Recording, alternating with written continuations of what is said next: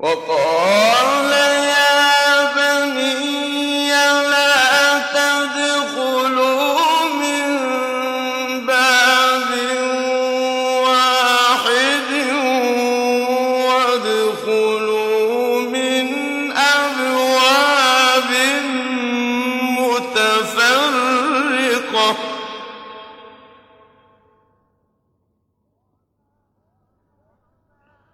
وما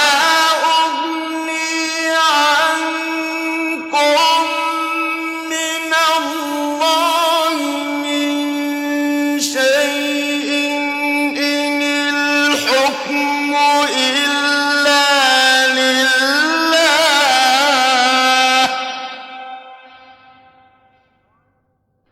عليه توكلت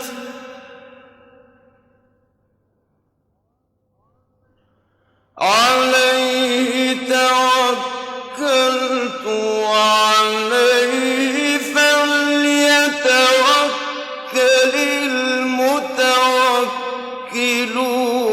المتوكلون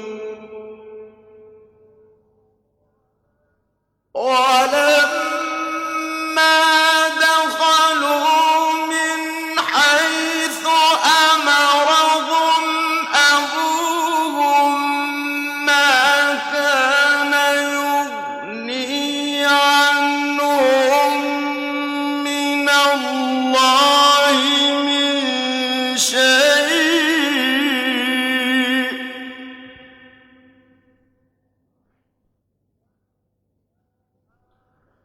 ما كان يغني عنهم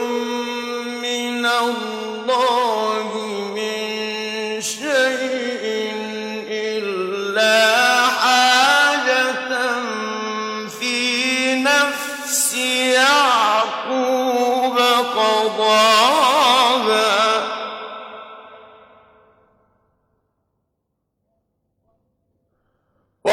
وإنه لذو علم لما علمناه ولكن أكثر الناس لا يعلمون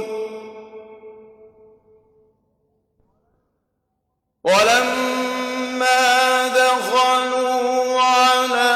يوسف آوى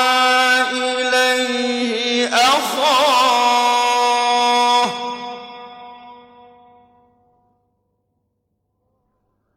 قال